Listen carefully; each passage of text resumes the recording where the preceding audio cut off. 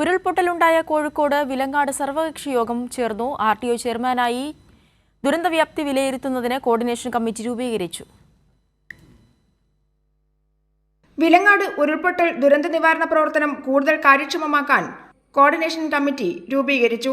Parappupara community ഹാളിൽ നടന്ന സർവകക്ഷി യോഗത്തിൽ EK വിജയൻ MLA അധ്യക്ഷനായിരുന്നു.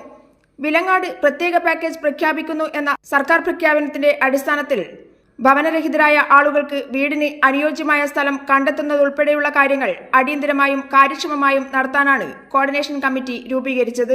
കൃഷിക്കാരുടെ അതിനൊരു നടപടിക്രമമുണ്ട്. അതിനനുസരിച്ച് കൃഷിക്കാരുടെ നഷ്ടം കണക്കാക്കാൻ കഴിയും. അവർക്ക് 30-ാം തീയതി വരെ സമയം കൊടുത്തിട്ടുണ്ട്. അപ്പോൾ അതിൻ്റെ അടിസ്ഥാനത്തിൽ അത് നഷ്ടം കണക്കാക്കാൻ കഴിയുള്ളൂ. ഇപ്പം 20-ാം തീയതി വരെ നഷ്ടം ഈ പരിശോധന നടത്തിയിട്ട് കണക്കുകൾ തയ്യാറാകണമെന്നാണ് ഇപ്പോൾ ആവശ്യപ്പെട്ടിട്ടുള്ളത്. ജൂലൈ 30-ന് രാത്രി 12:45 വിലങ്ങാട് ആദ്യ ഉരുൾപൊട്ടലുണ്ടായത്. പിന്നീട് ചെറുതും വലുതുമായി ഉരുൾ പലയിടങ്ങളിലാണ് നാശം വിതച്ചത്. കൈരളി ന്യൂസ്, കോഴിക്കോട്.